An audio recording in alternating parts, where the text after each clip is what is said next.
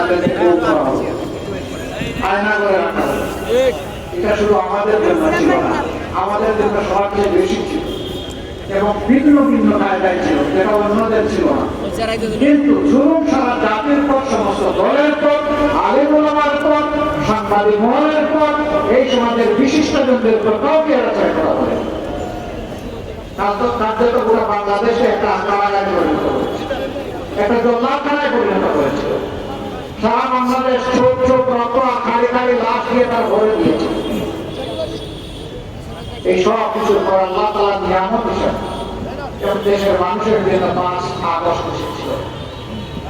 এই মজলুম দলটির পক্ষ থেকে সারাতেই ঘোষণা দেওয়া হলো, আমরা আমাদের উপর জুলুম নির্যাতনের কারণে দল হিসাবে তার উপর থেকে আমরা প্রতিশোধ নেব। তবে ক্ষতিগ্রস্ত ব্যক্তি এবং পরিবার তারা যদি ন্যায় বিচার দেওয়ার জন্য আদালতে যায়, তাদেরকে আমরা সর্বাত্মক সহযোগিতা দেব। আমরা আমাদের কথা রেখেছি, প্রতিশোধ নেই নাই। যারা আইনের আশ্রয় নিয়েছেন তাদেরকে আমরা সহযোগিতা দিয়ে চলছি। আমরা কথা দিয়েছিলাম, আমাদেরকে যেভাবে সর্বশান্ত করা হয়েছে, আমরা তার প্রতিশোধ নিতে গিয়ে কারো সম্পদের দিকে চোখ তুলে তাকাবো না, আমরা চাঁদাবাজি করবো না। আপনারা বলুন, আমরা কি চাঁদাবাজি করেছি? গত 17 মাসে আমরা কোথাও চাঁদাবাজি করি নাই। আমরা বলেছিলাম আমরা শত শত হাজার হাজার মানুষকে মামলার আসামি বানিয়ে মামলা বাণিজ্য করবো। আমরা মামলা বাণিজ্য করি নাই, আমরা কথা রেখেছি। আমরা বলেছিলাম এদেশে 5 তারিখ থেকে কোনো প্রশাসন ছিল না, সরকার ছিল না। আমাদের কর্মীদেরকে বলেছিলাম এবার স্বেচ্ছাসেবী হয়ে জনগণের জীবন, ইজ্জত এবং সম্পদের পাহারাদার হয়ে যাও।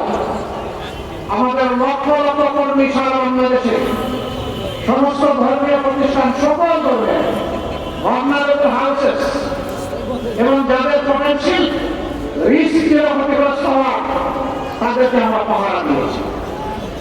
এমনকি যে পুলিশ বাহিনী আমাদের অনেক ক্ষতি করেছে, আপনারা সে অবাক করে আমরা পুলিশের ঊর্ধ্বতন কর্মকর্তাদের সাথে বসে বলেছি আপনারা আপনাদের দায়িত্ব পালন করুন।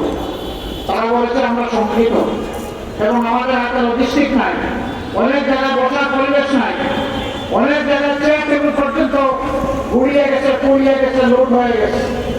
আমরা বলেছিলাম আমরা আপনাদের পাশে আছি, আমরা এগুলো সরবরাহ করবো। তারা তখন বলেছিলেন থানার ভিতরে আমরা অনিরাপদ মনে করছি। আমরা বলেছিলাম থানার ভিতরে আপনারা কাজ করবেন, বাইরে আমরা পাহারা দেব।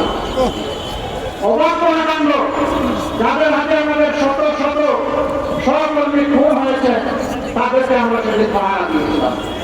আপনারা বলবেন কেন এই কাজ করতে গেলেন, এটাকে অন্যায়কে সমর্থন করা হতো না?